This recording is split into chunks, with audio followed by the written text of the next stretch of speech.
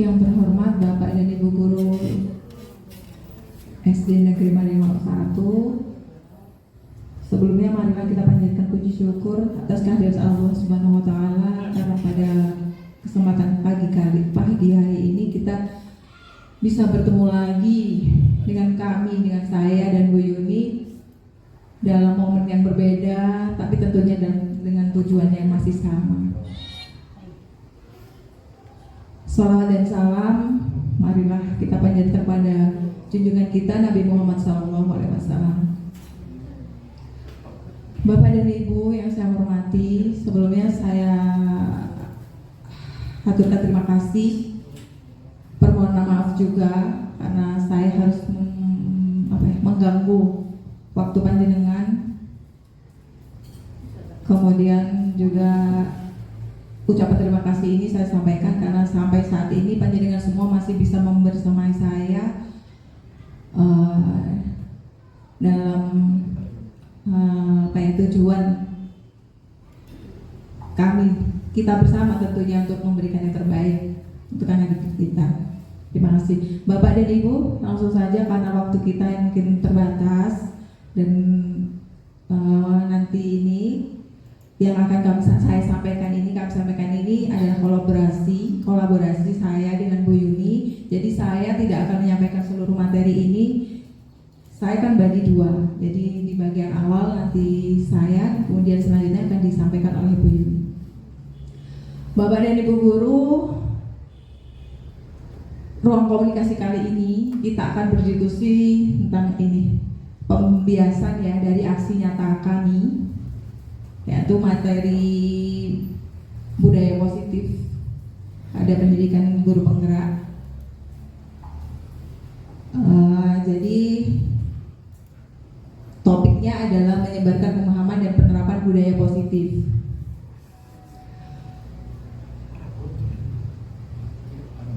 Ya, ini adalah latar belakangnya. Latar belakang dari budaya positif itu tentunya dimulai dari konsep pendidikan, filosofi pendidikan Ki Hajar Dewantara, yang di dalamnya menyatakan bahwa tujuan pendidikan itu sebenarnya adalah pendidikan menurut Ki Hajar Dewantara menanamkan betapa pentingnya lingkungan dan budaya positif di sekolah, di mana murid menjadi fokus utama. Hal ini sejalan dengan konsep pendidikan menurut Ki Hajar Dewantara bahwa pendidikan bukan hanya mentransfer ilmu pengetahuan, tetapi juga menanamkan karakter dan mengembangkan potensi pada setiap murid untuk dapat menciptakan lingkungan dan budaya positif, menjadi kunci untuk mewujudkan visi pendidikan yang diinginkan. Artinya seperti ini mungkin Bapak dan Ibu Guru. Budaya positif itu adalah sebuah pembiasaan atau kebiasaan-kebiasaan dari nilai-nilai kebajikan yang sudah kita yakini bersama untuk diterapkan kepada anak didik kita atau pada lembaga atau komunitas tertentu. Jadi budaya positif itu adalah sebuah pembiasaan yang akan menjadi ciri khas, menjadi karakter dari suatu lembaga atau sekolah tersebut. Nilai-nilainya di dalamnya adalah nilai-nilai kebajikan. Isi dari budaya positif itu apa? Jadi seperti itu. Nah, ini budaya positif merupakan perwujudan dari nilai-nilai atau keyakinan universal. Budaya positif dapat mendorong murid untuk mampu berpikir, bertindak, mencipta sebagai proses memerdekakan dirinya sehingga murid mampu mandiri dan bertanggung jawab. Artinya begini, kalau Ki Hajar Dewantara itu mengatakan ketika murid itu sudah merdeka, maka dia akan bisa menerapkan disiplin positif di sekolah. Jadi seperti itu. Artinya sebelum kita masuk ke apa saja yang ada di dalam yang harus kita pahami ketika kita harus menerapkan budaya positif, nanti akan ada 8 di sana. Tentunya yaitu tadi budaya positif, nilai-nilai kebajikan yang diterapkan dalam suatu lembaga yang akhirnya akan menjadi ciri khas atau karakter dari lembaga tersebut. Ini Bapak Ibu konsep inti dari budaya positif tersebut. Di sini ada 8. Jadi ketika kita atau sebuah lembaga ingin menerapkan menerapkan budaya positif tersebut, maka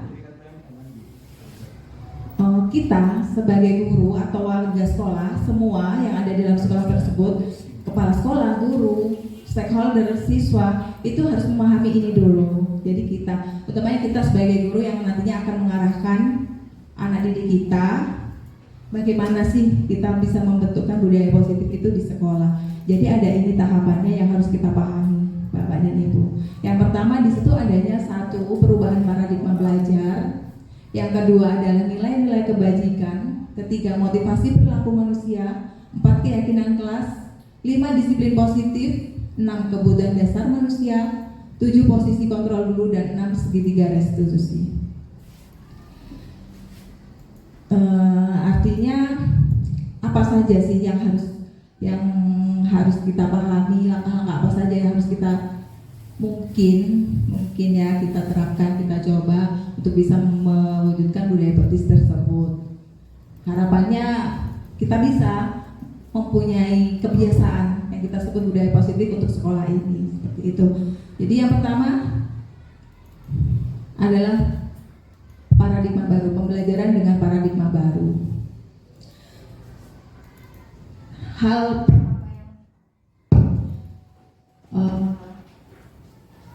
di awal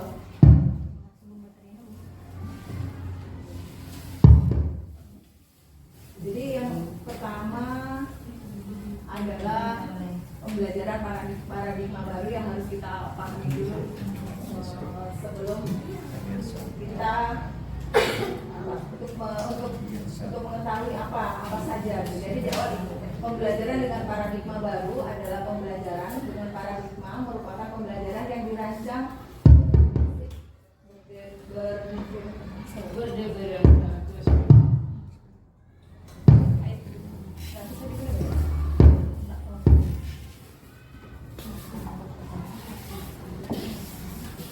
pembelajaran dengan paradigma baru merupakan pembelajaran yang dirancang dengan prinsip pembelajaran berdiferensi sehingga peserta didik belajar sesuai kebutuhannya berdasarkan tahap perkembangan sesuai teori psikologi modern yang memberikan pelajaran Pancasila. Nah, artinya pembelajaran paradigma baru ini yang sekarang ini sedang kita pakai ya, kita gunakan, kita pakai, kita pelajari, kita pahami bersama. Ini adalah yang disebut dengan paradigma baru. Intinya kita akan belajar nanti, proses pembelajarannya sudah masuk dengan istilah pembelajaran yang berdiferensiasi. Pembelajaran berdiferensiasi adalah pembelajaran yang di sana kita itu mengakomodir siswa. Kita itu menentukan dalam kita menyampaikan sebuah metode pembelajaran, kita itu melihat dalam bagaimana cara kita dalam memenuhi kebutuhan siswa itu, bagaimana cara kita melihat perbedaan dari siswa tersebut, karena setiap anak itu nggak sama, Bapak dan Ibu. Jadi kita harus tahu dulu secara bakat dia apa, kemampuannya maunya apa, kemudian cara belajarnya juga seperti apa, karena setiap anak itu tidak sama. Ada anak yang tidak bisa kita belajar dengan menggunakan visual, anak tidak bisa untuk mendengarkan saja, bahkan anak juga tidak bisa dengan membaca. Itu adalah dari pengertian atau definisi dari pembelajaran berdiferensiasi. Tapi kali ini saya tidak akan menjelaskan bagaimana proses pembelajaran berdiferensiasi tersebut. Ini hanya sebagai gambaran saja untuk melangkah pada budaya positif tersebut. Kita harus tahu ini dulu. Kemudian yang kedua, tes 1 2. Selanjutnya yang kedua, setelah tadi kita tahu paradigma pembelajaran yang baru saat ini, selanjutnya adalah nilai-nilai kebajikan. Kita sebagai guru nantinya kan akan mengarahkan, membawa anak, membimbing anak gitu. Jadi harapannya kan kita akan membentuk sebuah budaya ya, budaya positif di sekolah ini. Jadi kebajikan, nilai-nilai kebajikan yang harus kita pahami dulu, kemudian kita tanamkan, kita berikan pada anak-anak, itu adalah di antara ini. Kalau bisa saya simpulkan ini secara teori, silakan panjenengan baca ya sambil saya menjelaskan ya Bu Ibu. Jadi nilai kebajikan itu sebenarnya merupakan prinsip-prinsip moral yang dianggap dan diyakini benar oleh satu budaya atau lingkungan sekolah tersebut. Nah, di dalamnya biasanya di sana terdiri dari ada nilai kejujuran, di sana ada keadilan, ada toleransi, kemudian ada rasa syukur, keselamatan, kemudian integritas, kasih sayang, rajin, berkomitmen, percaya diri, kesabaran, dan keamanan. Itu diantaranya. Jadi nilai-nilai kebajikan itu yang akan menjadi dasar kita dalam melakukan nanti yang namanya ada di belakang, nanti Bu Yuni akan menjelaskan disiplin positif itu. Jadi di sini dulu kita pahami dulu, oh ini nilai-nilai kebajikannya yang apa yang harus kita pahami.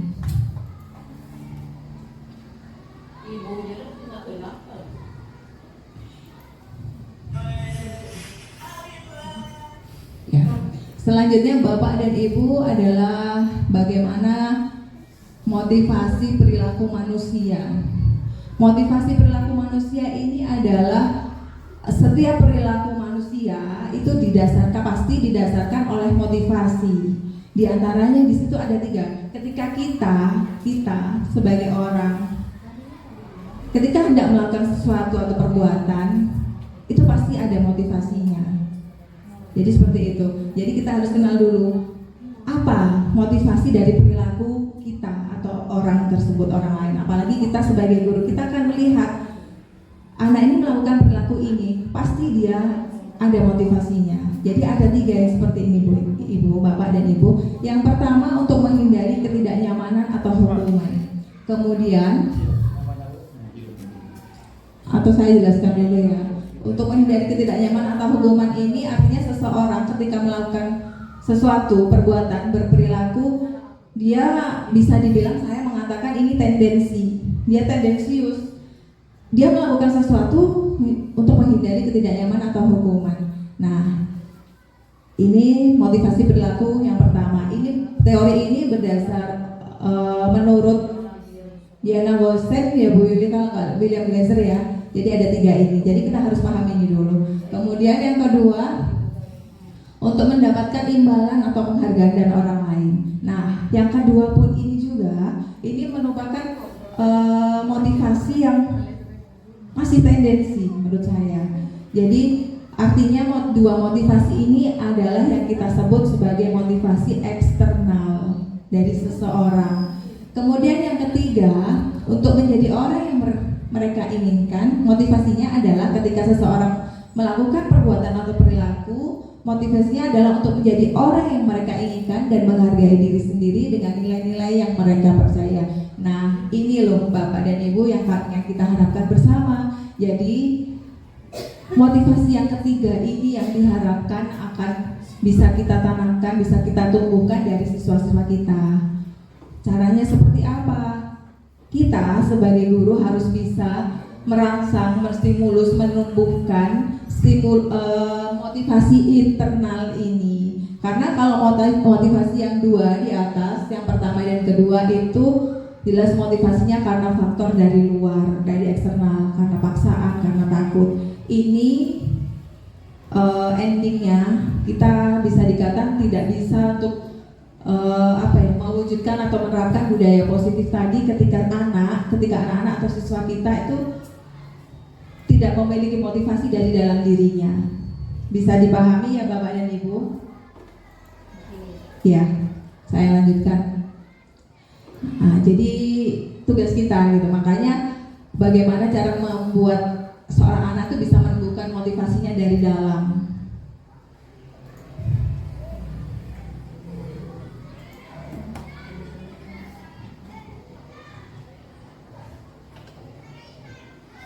Ya, selanjutnya adalah ini sudah pasti bagian saya. Ya, selanjutnya Bapak dan Ibu, kita mengenal adanya hukuman dan penghargaan. Hukuman dan penghargaan ya. Jadi selama ini saya sendiri saya mengakui gitu bahwa saya sebelum saya mengenal sebelum saya tahu, sebelum saya belajar dan memahami dari materi ini, terus terang saja saya kemarin sebelumnya itu cenderung menggunakan posisi saya itu saya menggunakan hukuman dan memberikan hukuman dan konsekuensi terhadap siswa. Nah, setelah saya mempelajari ini, akhirnya saya menyadari bahwa ternyata saya salah gitu. Ketika saya harus memberikan hukuman atau konsekuensi terhadap siswa. Jadi seperti ini Bapak Ibu, kenapa alasannya? Karena hukuman itu sifatnya kan satu arah gitu. Kemarin dulu ketika saya juga jadi siswa, saya mengenal istilahnya peraturan. Nah, peraturan ini kan biasanya cenderung hanya dibuat oleh guru. Guru membuat peraturan atau lembaga membuat peraturan, kita berikan kepada anak. Ini loh peraturan dari sekolah. Nah, ini yang disebut yang hubungannya dari kenapa nantinya harus ada hukuman itu. Dan hukuman itu sifatnya cenderung dari moodnya seorang guru untuk memberikan hukuman gitu. Terkadang ketika anak melakukan kesalahan terlambat, gurunya memberikan hukuman sanksi nyapu, lari. Nah, Bapak dan Ibu, ini yang ingin saya sampaikan. Jadi hukuman untuk konteks pendidikan kita saat ini sebenarnya sudah diharapkan sudah tidak diberlakukan seperti itu. Tapi kita sudah punya cara bagaimana untuk mengatasi tersebut. Salah satunya adalah dengan tidak memberlakukan peraturan itu lagi, tapi dengan membuat apa yang kita sebut dengan keyakinan kelas atau kesepakatan kelas. Karena keyakinan dan kesepakatan kelas itu sudah tidak dibuat satu arah. Kita duduk bersama dengan siswa, kita merumuskan kalimat dengan mereka, kesepakatannya apa. Nah, di situ juga akan kita sebutkan konsekuensinya. Dan konsekuensi ini diharapkan tidak bertentangan dengan apa pelanggaran atau perbuatan kesalahan yang sudah mereka lakukan. Jadi misalkan anak tersebut suka mengganggu teman atau merampas makanannya, konsekuensinya apa? Minta maaf. Jadi seperti itu. Kemudian untuk proses kita bisa melakukan bagaimana menumbuhkan kesadaran pada diri anak agar bisa memahami dalam menerapkan keyakinan kelas. Nanti akan disampaikan Bu Yuni pada materi segitiga restitusi. Kemudian kalau konsekuensi Bapak Ibu ini terencana disepakati sesuai peraturan, murid tetap dibuat tidak nyaman, sikap guru memonitor murid selalu. Ya, sama. Konsekuensi mungkin lebih ringan ya, kalau hukuman itu lebih ke fisik, bentakan, atau bahkan diskriminasi yang mendiskreditkan anak, itu tidak di hukuman itu. Kalau konsekuensi masih sama, masih di situ masih ada kamu ketika kamu salah ini kamu menghafal ya, misalnya seperti itu. Itu sebenarnya masih diharapkan masih jangan dulu kita melakukan konsekuensi gitu, karena ada cara yang paling ideal di sini itu sebenarnya adalah restitusi. Jadi cara yang ketiga ini Bapak dan Ibu guru, karena dianggap kalau saya sebenarnya kemarin ya makanya itu aja saya aku ngajar salah terus kayaknya mendidik siswa kayak gitu, memberikan hukuman juga memberikan konsekuensi. Tapi kalau konsekuensi mungkin masih boleh kita berikan di kelas gitu, karena nggak mungkin anak itu asalkan konsekuensi itu bersifat positif nggak apa-apa seperti itu. Tapi ada cara yang paling tepat lagi, yaitu menggunakan restitusi ini. Restitusi adalah proses menciptakan kondisi bagi murid untuk memperbaiki kesalahan atau proses yang kolaboratif mengajarkan murid untuk mencari solusi sendiri. Nah, ini yang kita harapkan. Jadi ketika kita menemukan siswa kita bermasalah atau melakukan pelanggaran, kita temui dia, kita panggil dia. Nah, di sana restitusi ini akan mencarikan solusi bagaimana si anak tersebut sehingga dia tumbuh kesadarannya bahwa dia itu salah gitu, tanpa kita memberikan hukuman ataupun kita memberikan konsekuensi. Nah, nanti ada tahapannya bagaimana kita bisa melakukan restitusi terhadap siswa. Akan dijelaskan lebih lanjut oleh Bu Yuni. Artinya kesimpulannya ketika anak sudah kita bawa, kita hanya memberikan apa ya, kalimat-kalimat untuk memancing dia gitu, tanpa adanya. Jadi anak tuh dia tidak merasa untuk diancam, dia tidak merasa untuk disuruh ketika dia salah. Kita tahu dia salah, kamu harus benar, kamu harus seperti ini. Itu sudah tidak ada. Kita hanya kembalikan lagi kepada mereka. Nanti ada tahapannya dijelaskan oleh Bu Yuni.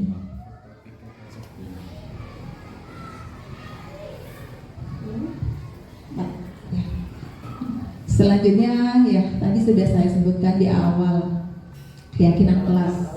Jadi keyakinan kelas itu sudah berbeda dengan peraturan. Makanya kita sekarang selalu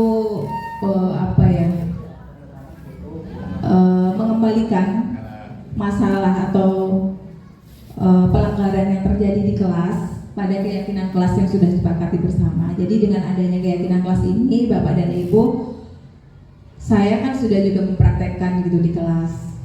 Ketika ada keyakinan kelas seperti ini,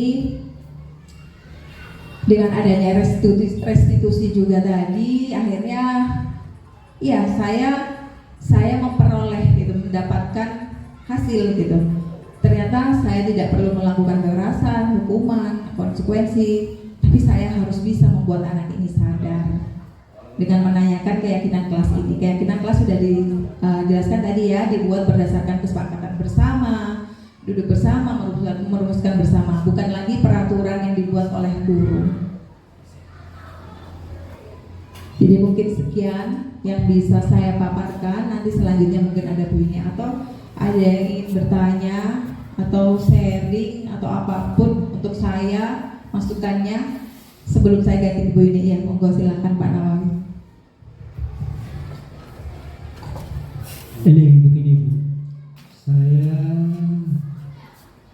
beranggapan bahwa kesepakatan kelas itu hanya untuk murid, Apakah benar seperti itu?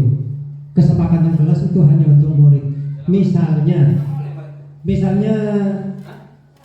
datang tepat waktu kesepakatan kelasnya, tapi kadang-kadang saya sendiri itu datangnya tidak tepat waktu. Apakah benar seperti itu? Apakah hanya kesepakatan kelas itu untuk murid gitu? Oke Pak, terima kasih. Jadi seperti ini Pak Nawawi ya, benar. Sebenarnya kita sebagai guru itu sebelum tiba-tiba ingin membuat anak itu sadar melakukan hal baik, kita mengharap mereka tuh baik, jadi dari kita dulu gitu. Bagaimana kita bisa memberikan yang baik, memberikan teladan yang baik. Jadi ketika kita sendiri misalnya melanggar kesepakatan gitu. Kalau kita kan kita sebagai guru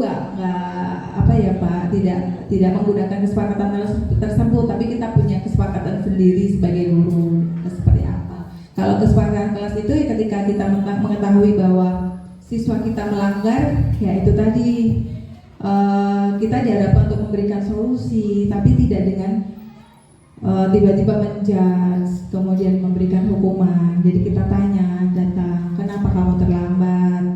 Tahu yang seperti ini apa? Kira-kira kenapa sih, ada apa? Kamu sadar ada apa? Iya Bu, saya sadar. Kalau kamu sadar, berarti kamu tahu apa itu. Di sana kan ada keyakinan kelas. Kita kembalikan lagi Bapak ke sana. Jadi memang kita harus sabar untuk membiasakan disiplin positif itu tidak mudah gitu, tidak seperti hanya membalikan tangan kayak gitu. Jadi butuh proses Pak Nawawi. Seperti yang disampaikan tadi, kalau gurunya masih kurang ya tetap kita yang dulu yang harus memberi teladan yang baik. Jadi seperti itu Pak Nawawi. Sudah Pak? Iya. Ada lagi? Sudah. Kalau nggak ada, saya akhiri dari saya. Terima kasih. Mohon maaf jika ada kesalahan dan kekurangan. Wassalamualaikum warahmatullahi wabarakatuh. Waalaikumsalam warahmatullahi wabarakatuh.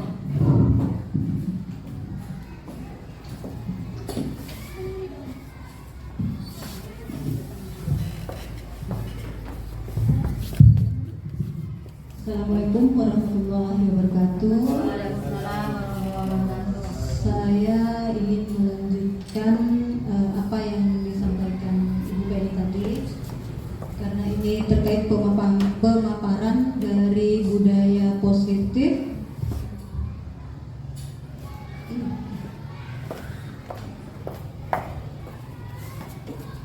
Selanjutnya adalah disiplin positif.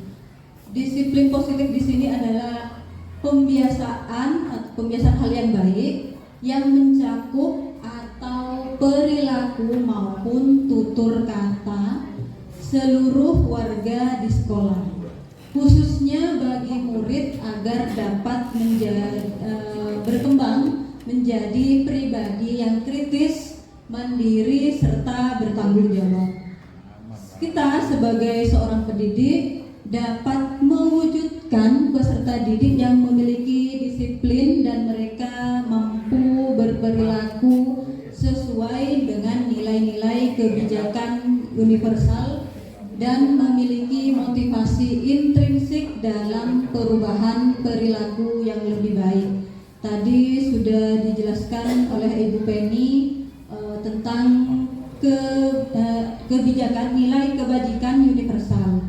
Nah, nilai kebajikan universal itu hendaknya kita yakini oleh kita sendiri dan juga oleh murid agar murid memiliki kesadaran dari dalam diri, dari intrinsiknya, begitu, motivasi intrinsik.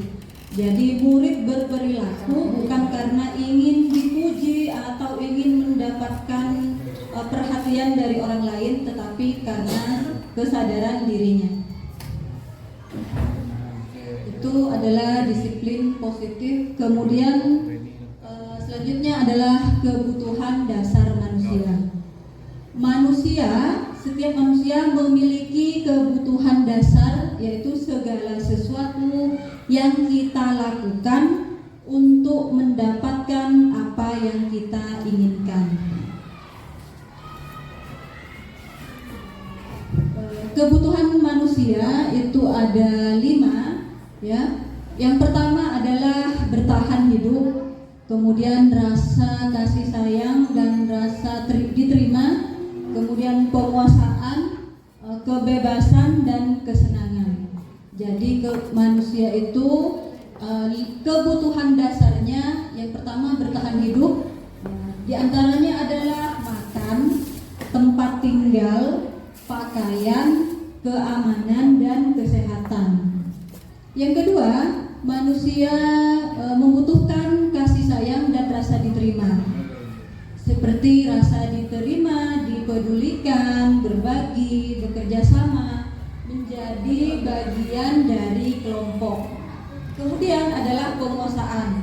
Penguasaan itu menghargai diri, ya, keinginan untuk dianggap, kemudian memimpin dan berprestasi, diakui dan didengar.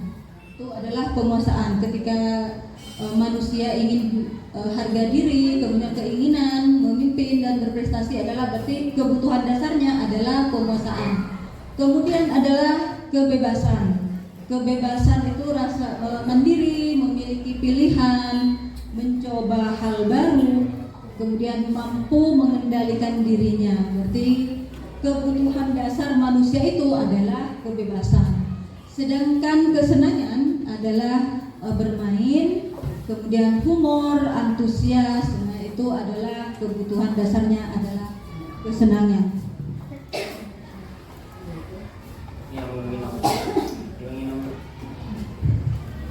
Kemudian adalah posisi kontrol. Pada posisi kontrol selama ini kita, ya, miskonsepsi tentang teori kontrol. Yang pertama adalah ilusi guru mengontrol murid, kemudian ilusi bahwa kritik dan membuat rasa bersalah mampu menguatkan karakter. Yang ketiga adalah bahwa ilusi bahwa semua penguatan positif, efektif dan bermanfaat. Kemudian ilusi bahwa orang dewasa berhak memaksa. Ini adalah miskonsepsi pada teori kontrol. Selama ini kita meyakini bahwa guru mampu mengontrol murid. Padahal kita tahu bahwa yang mampu mengontrol diri seseorang adalah diri kita sendiri, bukan orang lain. Kemudian ilusi bahwa semua penguatan positif itu efektif dan bermanfaat. Menurut teori dari teori kontrol miskonsepsi ini, penguatan positif bahwa semua penguatan positif efektif dan bermanfaat itu tidak selalu benar juga, karena ketika kita melakukan penguatan tidak selalu efektif dan bermanfaat. Nah, contoh ketika memberikan peringkat, ya, peringkat kelas, kalau dulu ada peringkat kelas, ya kan?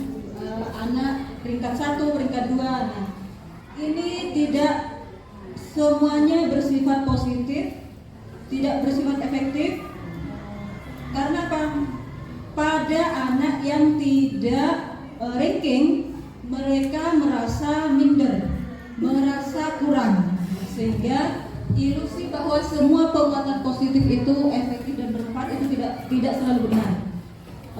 Anak, kenapa di kurikulum Merdeka itu tidak ada peringkat? Yang ada adalah kita memberikan kepada semuanya, memberikan penguatan, bukan peringkat 1, peringkat 2, bukan, tapi misalnya memberikan kepada murid itu, karena setiap murid, Bapak Ibu, memiliki karakternya dan memiliki keunikan masing-masing, sehingga perlu kita memberikan motivasi kepada mereka.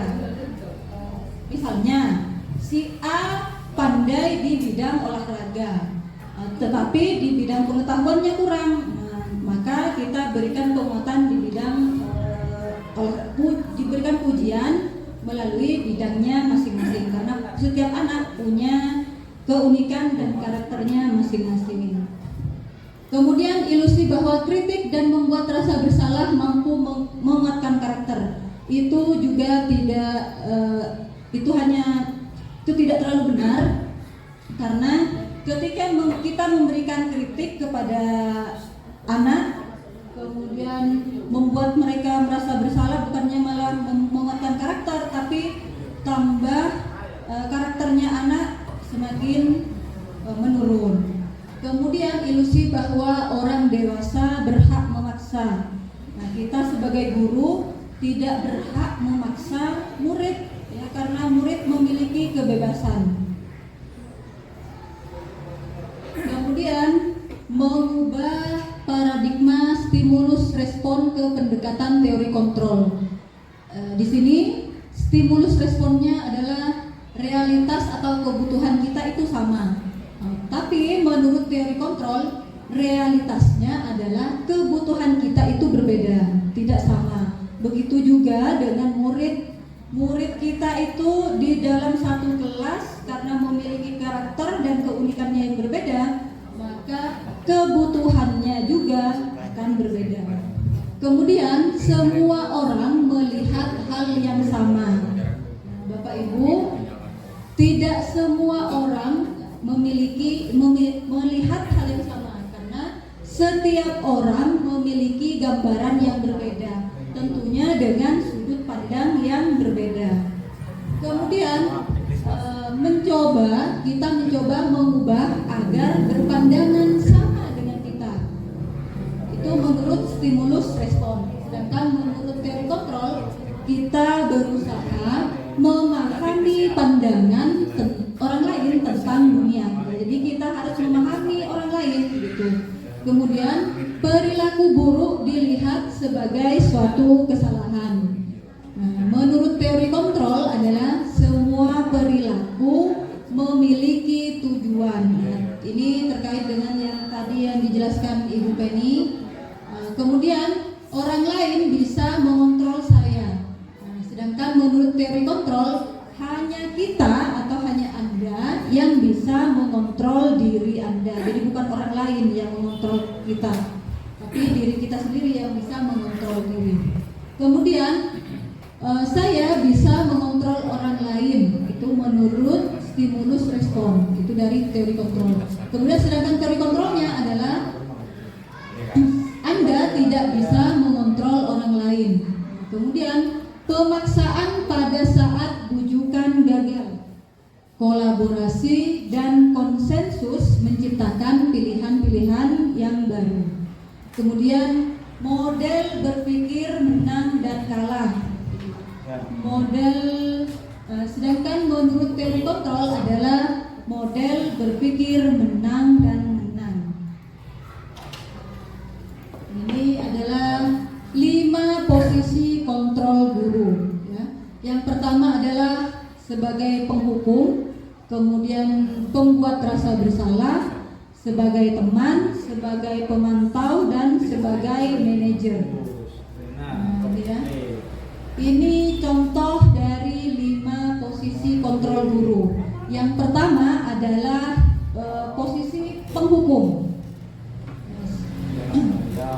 Biasanya pada posisi penghukum ini nada suaranya adalah tinggi, kemudian bahasa tubuh mata melotot dan jari menunjuk-nunjuk menghardik gitu ya. Itu ketika posisi kontrol kita sebagai penghukum. Kemudian contohnya ini, terlambat lagi, pasti terlambat lagi. Kita dengan nada suara tinggi kepada anak, selalu datang terlambat. Kapan bisa datang tepat waktu? Ketika seorang guru berkata seperti itu, berkata dengan nada suara tinggi, nah, Bapak Ibu tanyakan pada diri Bapak Ibu, bagaimana perasaan murid bila guru berbicara dengan nada yang tinggi, berbicara dengan seperti itu ya, dengan mata melotot, dengan nada tinggi, dengan menunjuk-nunjuk pada muridnya. Apa hasilnya? Kemungkinan murid akan marah dan mendendam, atau bisa jadi bersifat agresif. Kemudian setelah anak itu duduk kembali, murid itu mungkin akan mencoret-coret bukunya atau meja. Lebih buruk lagi ketika pulang sekolah melihat motor atau mobil bapak ibu guru akan menggores kendaraan tersebut dengan paku ya. Dulu ya pernah bapak ibu saya punya teman guru, dia memarahi muridnya, kemudian pulang sekolah sepedanya Pak kempes musuh murid itu. Karena posisi gurunya itu adalah posisi menghukum ya, dengan nada tinggi menunjuk-nunjuk memarahi muridnya. Pulang sekolah dikempes sepeda gurunya.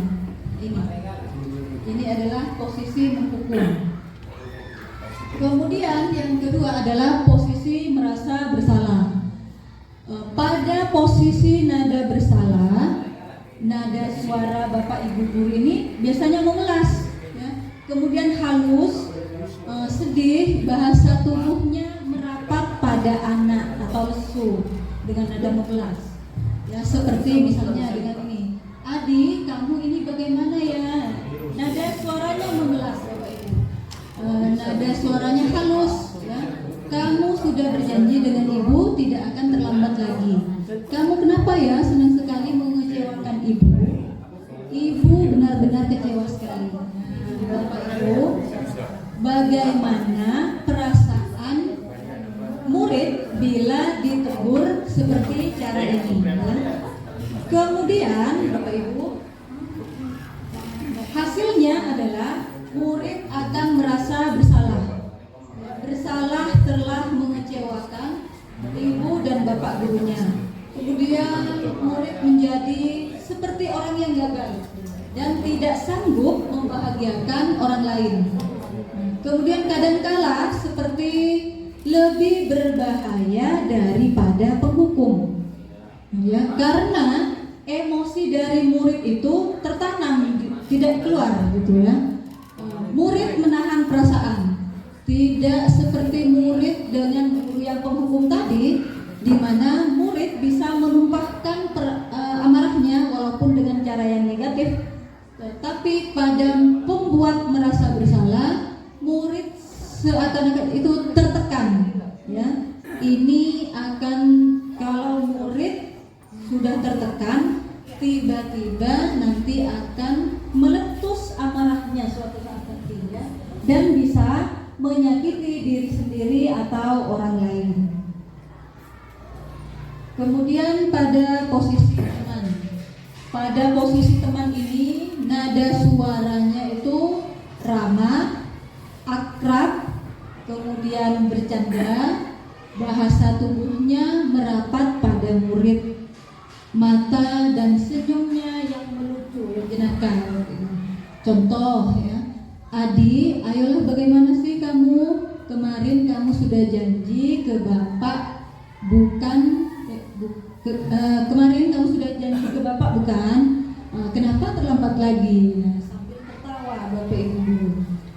Ya sudah, tidak apa-apa, duduk dulu sana, nanti Bapak Guru bantu. Kamu ini, sambil tersenyum Bapak Ibu, bahasa tubuhnya.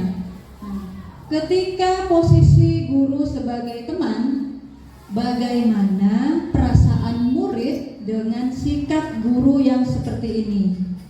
Kemungkinan hasilnya adalah murid akan merasa senang, Bapak Ibu, karena kita terlihat akrab, ya, tidak memarahi, tidak dengan mata melotot, gitu ya. Ini termasuk dampak yang positif, tetapi ada sisi negatifnya. Murid menjadi tergantung kepada guru ini, ya. Bila ada masalah,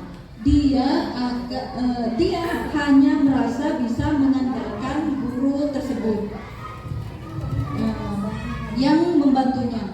Akibatnya dia itu hanya berbuat sesuatu bila yang menyuruh adalah guru tersebut. Kalau guru yang lain dia tidak mau, gitu kira-kira. Posisi sebagai teman. Yang keempat adalah posisi pemantau. Kalau pemantau ini biasanya nada suara datar, ya Bapak Ibu. Bahasa tubuhnya formal. Contoh, Adi, tahukah kamu jam berapa kita mau mulai? Tahu Pak, kamu terlambat 15 menit. Apakah kamu sudah mengerti konsekuensi yang harus dilakukan bila terlambat? Paham Pak, saya harus tinggal kelas pada jam istirahat nanti dan mengerjakan tugas yang tertinggal. Kemudian gurunya, ya benar, nanti pada saat jam istirahat kamu harus tinggal di kelas untuk menyelesaikan tugas yang tertinggal tadi. Saya tunggu. Ketika guru berada di posisi pemantau dengan nada suara yang datar, bahasa tubuh yang formal, kira-kira perasaan murid diperlakukan seperti ini itu hasilnya seperti apa? Ya, hasilnya ketika murid memahami konsekuensi yang harus dijalankan karena telah melanggar salah satu aturan. Karena pada posisi ini guru ini ada konsekuensinya. Guru tidak menunjukkan suatu emosi yang berlebihan, tidak menjadi marah atau membuat rasa bersalah. Nah, murid itu dibuat tidak nyaman karena harus tinggal di kelas. Di saat temannya yang lain sudah istirahat, murid ini harus tinggal di kelas karena konsekuensi ketika terlambat adalah tinggal di kelas mengerjakan tugas yang tertinggal. Itu. Kemudian yang terakhir adalah posisi manajer. Pada posisi manajer, guru, ya, nada suaranya tulus, bahasa tubuhnya tidak kaku, kemudian mendekat ke murid. Ya. Ini contohnya adalah contoh percakapannya. Adi, apakah kamu mengetahui jam berapa sekolah dimulai? Tahu Pak, jam 7. Bisa dilihat di layar. Kemudian, ya jadi kamu terlambat. Kira-kira bagaimana kamu akan memperbaiki masalah ini? Saya bisa menanyakan teman saya, Pak, untuk mengejar tugas yang tertinggal. Kemudian, baik, itu bisa dilakukan. Apakah besok akan ada masalah untuk kamu agar bisa hadir tepat waktu di sekolah? Tidak, Pak, saya bisa hadir tepat waktu. Baik, saya hargai usahamu untuk memperbaiki diri. Ketika guru sebagai posisi sebagai manajer, maka bagaimana perasaan murid diperlakukan seperti ini. Nah, hasilnya pada posisi manajer ini, suara guru kan pada posisi manajer, suara guru sebaiknya kan tulus ya, tidak perlu marah, tidak perlu meninggikan suara, apalagi menunjuk-nunjuk jari.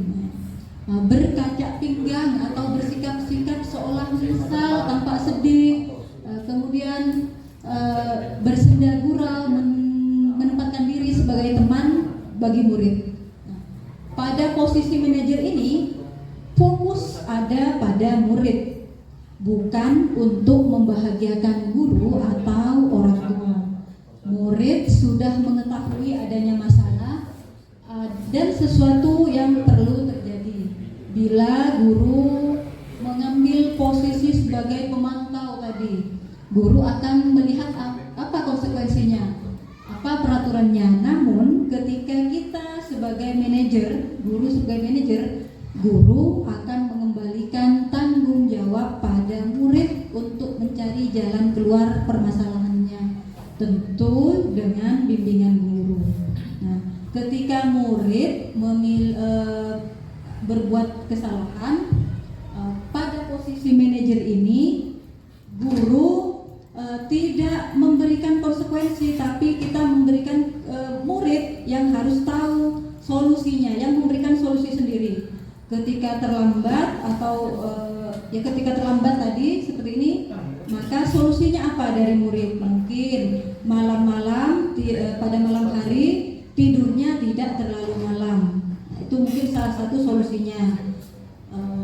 Kemudian ketika mungkin murid tidak atau sedang di kelas mencontek, nah maka guru karena murid berbuat kesalahan tadi membuat keyakinan kelas, maka murid diingatkan tentang keyakinan kelasnya tadi. Kemudian murid memberikan solusinya, ya, memberikan solusi sendiri, mencari solusi sendiri atas apa kesalahannya tadi, tapi dengan bimbingan dari guru. Ini contoh penerapan 5 posisi kontrol guru. Ketika siswa terlambat masuk, ya, pada posisi penghukum mungkin ini lari sambil menyanyikan lagu Indonesia Raya. Nah, ini pada posisi penghukum. Sedangkan pembuat rasa, berapa kali Bapak Ibu guru mengingatkan kamu, membuat Bapak Ibu guru kecewa. Pada posisi teman, ayo dong ikuti peraturan sekolah yang sudah tidak apa-apa, tapi lain kali jangan terlambat lagi. Nah, yang ini adalah ketika siswa terlambat mengikuti upacara bendera, mungkin ya, kamu sudah melanggar peraturan sekolah, kamu tahu konsekuensinya, nanti tidak boleh masuk kelas. Itu pada posisi pemantau. Kemudian pada posisi manajer, apa kamu tahu kesalahanmu? Kira-kira bagaimana kamu memperbaiki kesalahannya? Jadi murid yang mencari sendiri kira-kira apa yang perlu diperbaiki dari kesalahannya itu. Nah, saya kecewa sekali dengan kamu. Nah, kata-kata ini, posisi kontrol manakah aku? Apa posisi kontrol sebagai penghukum, sebagai manajer, pembuat rasa bersalah? Coba dilihat. Pembuat rasa bersalah. Karena di sini saya kecewa sekali dengan kamu, ada kata seperti ini. Kemudian kamu tidak pernah mengerjakan tugas. Sekarang kamu berdiri satu kaki di depan kelas. Posisi penghukum Bapak Ibu. bagaimana kamu akan memperbaiki kesalahan ini. Memantau. Coba di Manajer. manajer. Kalau manajer berani, kamu terlambat kelas 10 menit, kamu mengerti konsekuensi. Ya, yang dilakukan bila kamu terlambat. Nah, ini direkam. Pemantau. Nah, ini ya. Yang terakhir adalah segitiga restitusi. Segitiga restitusi adalah suatu proses dialog yang dijalankan oleh guru agar dapat menghasilkan murid yang mandiri dan bertanggung jawab. Nah, Bapak Ibu, ketika murid kita melakukan kesalahan, kita bisa menggunakan proses ini. Ada namanya segitiga restitusi. Ya. Dari segitiga restitusi ini, yang pertama adalah menstabilkan identitas, kemudian validasi tindakan yang salah, kemudian menanyakan keyakinan. Pada menstabilkan identitas, ya, ini biasanya kata-katanya, ini menstabilkan identitas itu berdasarkan prinsip membuat kesalahan adalah bagian dari proses pembelajaran. Contohnya ketika pada menstabilkan identitas ini adalah kata-kata yang bisa disampaikan guru adalah berbuat salah itu wajar. Kemudian tidak ada manusia yang sempurna. Bapak Ibu juga pernah melakukan kesalahan. Kemudian Bapak Ibu tidak mau mencari siapa yang salah, tapi mencari solusi dari permasalahan ini. Ya, kemudian yang terakhir adalah kamu berhak merasa begitu. Ini contoh dari ketika menstabilkan identitas. Kemudian validasi tindakan yang salah. Pada proses ini adalah berdasarkan prinsip setiap perilaku berupaya memenuhi suatu kebutuhan tertentu. Nah, kata-katanya bisa kamu pasti punya alasan kenapa kamu melakukan itu. Kemudian padahal kamu bisa melakukan hal yang lebih buruk dari itu. Ini terjadi pada ketika kita sudah pada validasi tindakan yang salah. Kamu patut bangga karena melindungi sesuatu yang penting buat kamu. Kemudian kamu melakukannya karena melindungi sesuatu yang penting. Nah, ini pada validasi tindakan yang salah. Kemudian adalah dari segitiga restitusi ini adalah menanyakan keyakinan. Pada proses ini berdasarkan pada prinsip teori kontrol bahwa dasarnya kita termotivasi secara intrinsik. Seperti yang sudah dijelaskan tadi, kita ingin murid kita itu motivasinya dari dalam diri, dari motivasi intrinsik, bukan dari luar, bukan karena ingin dipuji atau takut karena dihukum. Ya. Pada menanyakan keyakinan ini, contoh kata-katanya mungkin seperti ini. Apa keyakinan kelas kita? Kemudian nilai-nilai apa yang telah kita sepakati? Kemudian seperti apa gambaran kelas ideal menurut kamu dan kamu ingin jadi orang seperti apa? Nah, ini adalah teori segitiga restitusi, Bapak Ibu. Nah, kita sebagai pendidik hendaknya dalam menerapkan disiplin positif mampu merefleksi dirinya dalam posisi kontrol saat ini. Bagaimana guru sebagai among atau manajer yang dapat menuntun murid menjadi insan-insan yang mandiri, bertanggung jawab dan merdeka. Nah, Bapak Ibu, tadi sudah dijelaskan 5 posisi kontrol. Nah, dulu mungkin saya sering ya sebagai posisi penghukum, bentak-bentak ya, tapi mungkin masih ada sedikit. Hendaknya posisi kontrol sebagai penghukum ini mungkin dihilangkan, diganti dengan yang lain. Ya.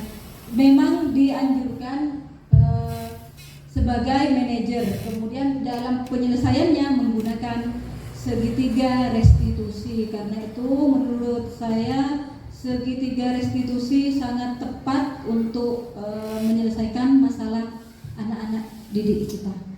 Terima kasih. Assalamualaikum warahmatullahi wabarakatuh. Mungkin ada yang perlu ditanyakan.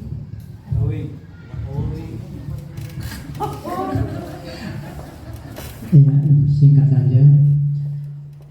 Tadi Ibu menjelaskan bahwa peringkat itu tidak usah dicantumkan atau diberitahukan kepada murid umumnya. Nah, tapi selama ini pada waktu perpisahan itu diumumkan peringkat 1, peringkat 2, peringkat 3.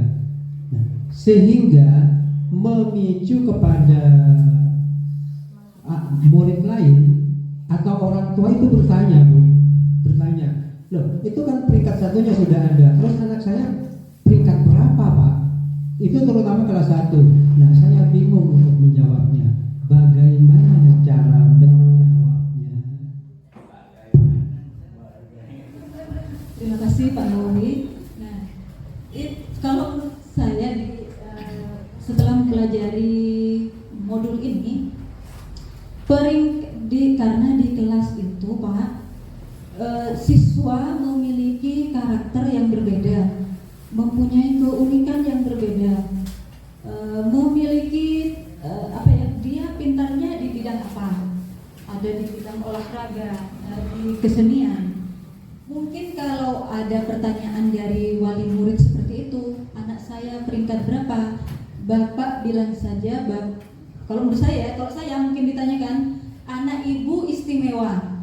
Istimewanya di bidang apa? Tentunya Pak Nawawi setiap hari karena di kelas itu ya pasti menilai anak ini kurangnya di mana, lebihnya di mana, dia pintarnya di mana. Mungkin ya anak ini pintar di bidang di bahasa Indonesia, pintar bercerita ya, karena dia percaya diri. Anak ibu percaya diri. Karena setiap anak punya kelebihannya masing-masing. Jadi menurut saya kalau misalnya ada pertanyaan dari wali murid seperti itu, anak saya peringkat berapa? Anak bapak atau ibu istimewa di bidangnya. Kalau menurut saya, Pak Nawawi kan sudah mungkin ya, dia pintar di bidang seni, menggambar. Anak ibu pintarnya di bidang menggambar. Nah ini juga Bapak Ibu, ketika menulis di rapot, deskripsinya itu kalau saya tulis ya, saya tulis lebihnya dulu, kelebihannya dia apa, dia bagusnya di bidang apa. Misalnya ya di saran-saran itu Pak, saya tuliskan anak ini sudah baik, sangat bagus, memiliki potensi di bidang olahraga. Kemudian di bidang olahraga, di bidang kesenian, dia pintar menggambar. Coba diasah lagi, lebih baik lagi, sehingga nanti bisa menjadi lebih baik olahragawan yang sukses. Gitu. Kata-kata yang memotivasi dia. Kemudian selanjutnya yang kurangnya apa, sehingga anak ini memperbaiki. Misalnya anak ini dalam berhitung masih berkurang. Nah, seperti itu. Kalau saya di kelas di rapot di kelas 5 saya tuliskan seperti itu. Kata-kata yang baik dari anak tersebut saya tuliskan di awal. Kemudian yang perlu diperbaiki saya selanjutnya agar apa? Agar memotivasi anak tersebut. Terima kasih Pak Nawawi. Puas. Tak puas gimana? Pertanyaan saya Bu Yuni, tadi dijelaskan tentang penerapan segitiga restitusi dalam disiplin positif. Pertanyaannya, bagaimana cara penerapan dari disiplin positif tersebut bagi peserta didik yang dari tingkat SD, bagaimana yang SMA, dan juga terutama bagi saya yang masih punya anak usia dini, bagaimana? Apakah sama seperti yang Ibu Yuni telah tadi jelaskan posisi kontrolnya? Apakah ada perbedaan? Mohon dijelaskan. Terima kasih. kasih Bu Viro. Ini juga saya kemarin masih bingung. Saya sebenarnya mau bertanya waktu itu, ketika yang menjadi contoh kan di SMA, di siswa SMA. Bagaimana karena saya ngajarnya di SD, kemudian di kelas 1, apa bisa saya tanyakan? Nah, saya tanyakan keyakinan kelas ke mereka gitu. Saya bingung juga apa gimana gitu. Mungkin posisi kita mungkin tidak dalam segitiga restitusi itu tidak hanya ya sebagian saja mungkin ya. Karena melihat anak didik kita yang kelas 1, kelas 2 belum cara berpikirnya belum nyampe. Tapi mungkin kalau sudah yang kelas 5, kelas 6 ketika ditanya keyakinan kelas nyambung masih. Nah, kalau yang kelas 1 muridnya Pak Nawawi pas ditanyakan keyakinan kelas tak nyambung dia. Nah, mungkin seperti itu tidak ya. Terima kasih. Menyesuaikan.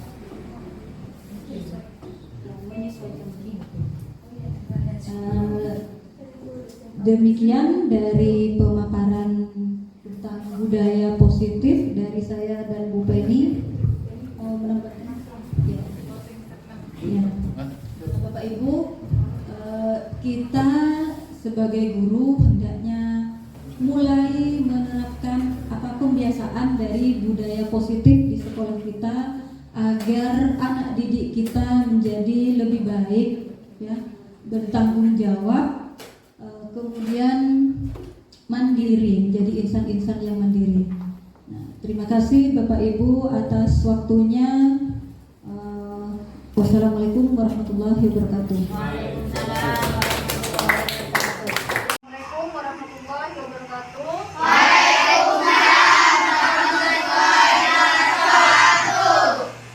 Gimana kabarnya hari ini?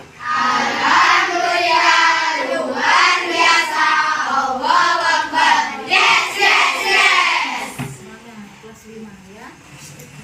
Pada kesempatan hari ini kita akan membuat keyakinan kelas. Dulu ketika waktu kamu pertama kali masuk di kelas 5, kamu membuat yang namanya apa? Kita akan membuat keyakinan kelas. Kalau dulu di awal tahun ajaran baru, kamu pernah membuat kesepakatan kelas, ya kan? Kesepakatan kelas yang sudah kita buat bersama antara kamu yang sudah disepakati antara kalian dengan ibu. Nah, kalau sekarang kita akan membuat keyakinan kelas. Kenapa kita mesti membuat keyakinan kelas? Manfaatnya apa saja? Ya, yang pertama adalah dapat membuat murid menjadi disiplin positif, ya. Kemudian saling bekerja sama, empati antara murid dengan guru, antara murid dengan murid. Untuk membuat kesepakatan kelas, kita harus ingat dengan nilai-nilai kebajikan. Ada yang tahu nilai kebajikan apa saja? Ada yang tahu apa? Toleransi, bertanggung jawab, beriman dan berjawab, kerjasama, dan rasa mandiri. Nah itu ya, itu adalah nilai-nilai kebajikan yang harus kamu miliki. Keyakinan kelas itu manfaatnya juga agar kamu itu punya apa namanya ya, punya intrinsik gitu ya. Maksudnya apa? Kamu dari dalam diri, kesadaran dari dalam diri kamu. Bukan karena misalnya kamu masuk kelas, masuk sekolah, datangnya tepat waktu bukan karena ingin dipuji, bukan karena ingin dipuji oleh temannya, bukan karena ingin dipuji oleh guru, kepala sekolah, tapi karena kesadaran dari dalam diri kamu. Nah, itulah manfaatnya keyakinan kelas dan meyakini nilai-nilai kebajikan, gitu ya. Dalam membuat keyakinan kelas, kamu nanti akan berikan kertas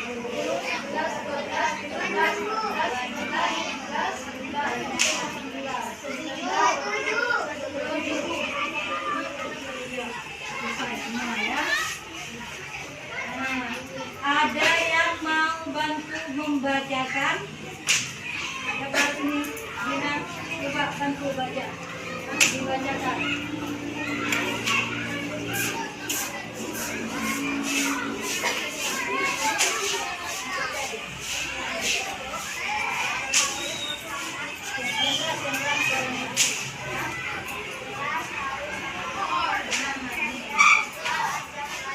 Tidak ribut saat jam pelajaran. Yang pertama apa tadi?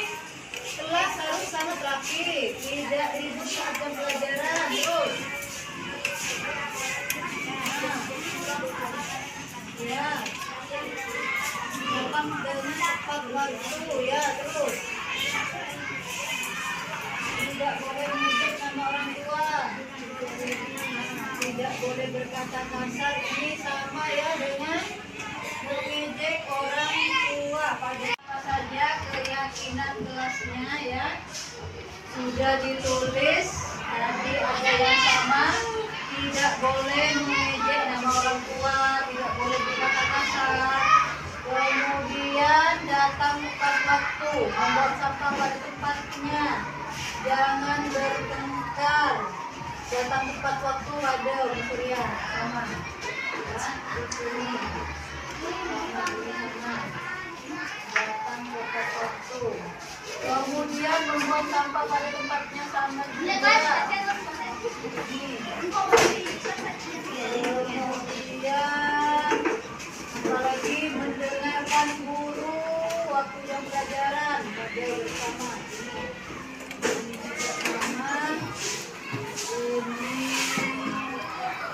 mendengarkan guru.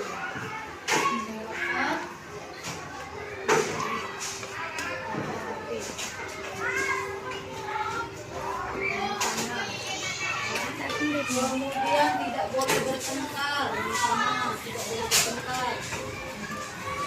Kemudian tidak membuang sampah di bawah meja. Sama baca ini. Ini juga sama.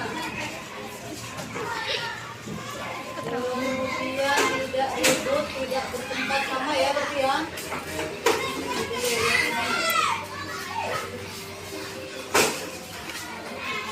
Kemudian kelas harus rapi, ini mengikuti aturan yang ada.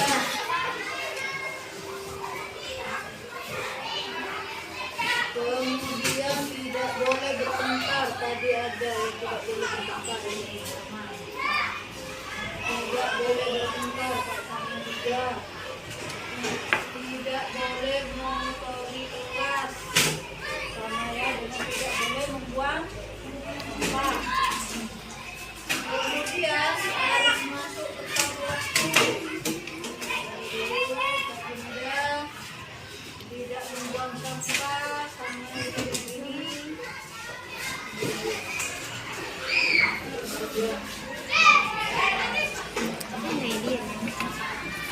Kemudian tidak berbicara sama pelajaran.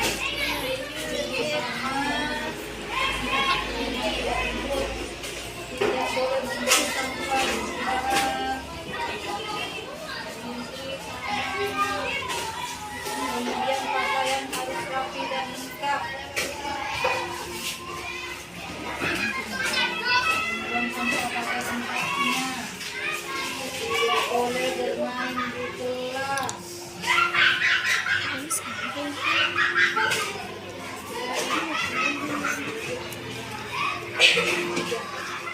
Ini tidak boleh berbicara.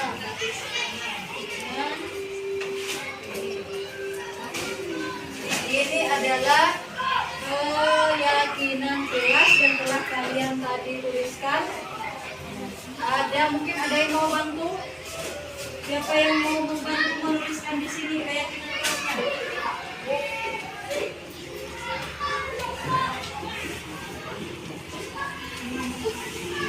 Satu yang kalian tuliskan tadi ya, ini ya, tidak boleh bertengkar, tidak boleh ribut ya. Dalam membuat keyakinan harus menggunakan kata-kata yang positif. Berarti kita hilangkan tidaknya. Kalau misalnya tidak boleh bertengkar, tidak boleh ribut, kira-kira yang positifnya apa? Jangan ada tidak boleh ada tidak. Jangan bertengkar. Harus rukun. Harus rukun. Ya rukun. Ya. Wah apa? Rukun misalnya saling menyayangi. Ya, bisa kan? Saling menyayangi, saling menghargai, saling menghormati. Karena di keyakinan itu tidak boleh ada kata-kata yang negatif, harus yang positif. Maka kalau tadi kalian menyebutkannya tidak boleh bertengkar, tidak boleh ribut, ya, saling menyayangi, kemudian rukun, saling menghormati. Ya. Kemudian ada lagi bersikap sopan kepada guru. Ya, bisa disebutkan apa? Sopan. Ya, disebutkan ya, sopan. Kemudian pakaian harus, ada yang menyebutkan pakaian harus lengkap dan rapi. Kira-kira apa? Seperti disiplin. Kira-kira apa? Kalau misalnya mengerti yang lebih simpel, pakaian harus disiplin. Kira-kira apa? Siapa yang bisa? Ayo. Kira-kira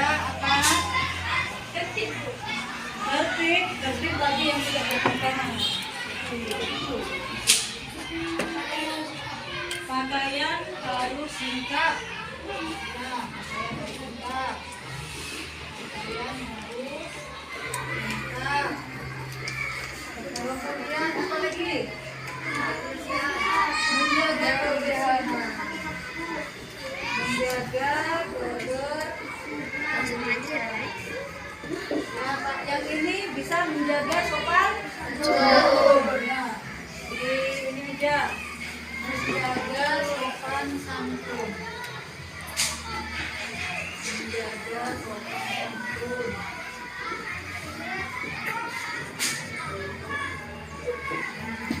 Ini keyakinan kelas yang sudah kalian tuliskan tadi, dirangkumnya seperti ini. Nah, sekarang kalau misalnya kamu ini kan sudah ada keyakinan kelasnya. Misalnya kamu lupa, melanggar, ya kan, atau melakukan kesalahan, itu kira-kira apa? Misalnya kamu lupa dengan keyakinannya, masih ribut di kelas misalkan, ya, apa itu yang bisa terjadi? Apa? Bukan. Ya, ribut. Hah? Kenapa dibuat keyakinan kelas? Itu agar kamu sadar dari dalam diri kamu. Sadarnya kamu itu bukan karena guru, tapi dalam diri kamu harus sadar. Ya, nanti dari keyakinan kelas itu kamu harus menemukan sendiri solusinya apa ketika kamu telah melakukan kesalahan dari keyakinan kelas ini. Misalnya terlambat masuk kelas atau di kelas bicara sendiri, itu kan kesalahan kan? Jadi kamu nanti akan menemukan solusinya sendiri, cari sendiri apa solusinya. Kalau dulu di waktu kesepakatan kelas ada konsekuensi, ya kan? Kalau tidak masuk kelas, kalau ribut di kelas atau berkata kasar, kita lupa berkata kasar ya, tapi sopan santun nggak apa-apa sama. Kalau yang dulu di kesepakatan kelas, kalau berkata kasar disuruh baca istighfar. Kalau sekarang di keyakinan kelas, ketika kamu melakukan kesalahan, lupa akan keyakinan kelasnya ini, kamu lupa, ya kan? Melanggar, itu kamu harus menemukan solusinya sendiri. Misalnya apa? Misalnya ya, kamu lupa tak ngucapkan kencana. Apa? Misalnya apa? Kira-kira solusinya apa? Minta maaf, ya. Misalnya pinjam, misalnya meminjam PP tapi lupa tidak bilang ke temannya, langsung ambil. Kira-kira apa? Solusinya apa? Kalau seperti itu, minta maaf, minta maaf karena lupa tidak bilang mengambil PP itu seperti itu ya. Kalau dulu di kesepakatan kelas ada konsekuensinya, kamu sudah membuatkan dulu, kita semua bersepakat untuk membuatkan konsekuensi. Tapi kalau sekarang pada keyakinan kelas tidak ada konsekuensi, tapi kamu harus menemukan sendiri solusinya, mencari solusi bersama, kamu harus berdiri. Nah, itu adalah kesepakatan. Nah, ini yang harus kamu ingat dari sekarang. Ketika kamu melakukan kesalahan, lupa akan keyakinan, mungkin ibu mengingatkan dan kamu yang harus menemukan sendiri apa bermakna itu ya. Itulah adalah keyakinan kelas namanya.